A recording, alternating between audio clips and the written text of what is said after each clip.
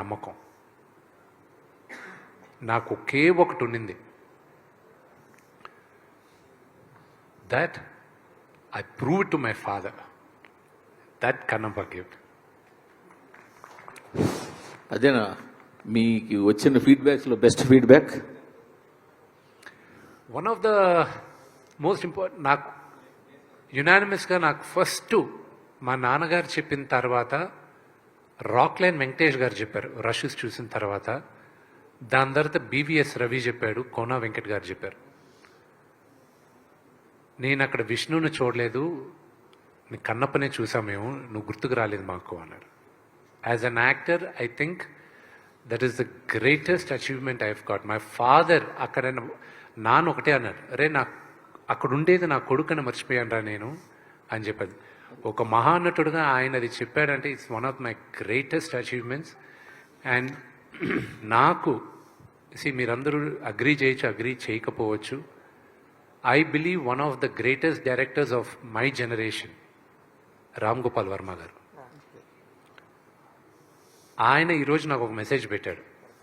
చాలామందికి తెలియంది, ఆయనకు కూడా తెలియంది ఏంటంటే, మార్చ్లో నాన్నగారిని కలవడానికి వచ్చాడు ఆయన ఒకరోజు. ఇంట్లో కూర్చుంటే ఆ 4 minutes నేను సినిమా ఏప్రిల్లో పోస్ట్పోన్ చేసింది కూడా ఆయన ఒక కామెంట్ ఇచ్చాడు, దానివల్లే పోస్ట్పోన్ చేశాను.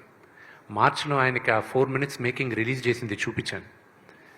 చూపించిన తర్వాత నాన్నగారు అందరూ చేసిన తర్వాత బీవీఎస్ రవి అన్నాడు, సార్ నేను సినిమా మొత్తం చూశాను sir, extraordinary sir,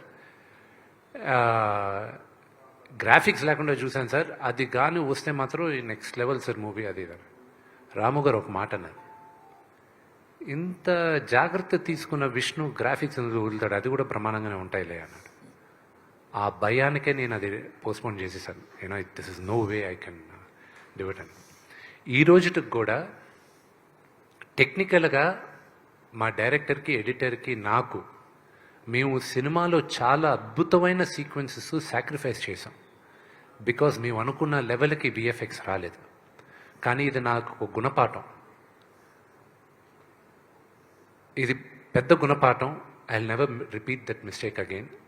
but cinema చూసేటప్పుడు చాలామందికి అది తెలియలే. అందుకే మేమందరం ఈరోజు మార్నింగ్ ఎడిటర్ మేము కూడా చూసుకొని ఎవరు పట్టించుకోలేదు అవన్నీ కరెక్ట్గా అక్కడ వెతుకుతారు. ఇంక ఇప్పుడు అది 2 weeks తర్వాత చెప్తాను. అది మీరు ఎతికినా మీకు దొరకదు. ద రీజన్ ఎందుకు దొరకదో కూడా చెప్తానండి. The narration of the movie is very strong. One of my favourite scenes Sarath Kumar గారికి నాకు జరిగిన ఒక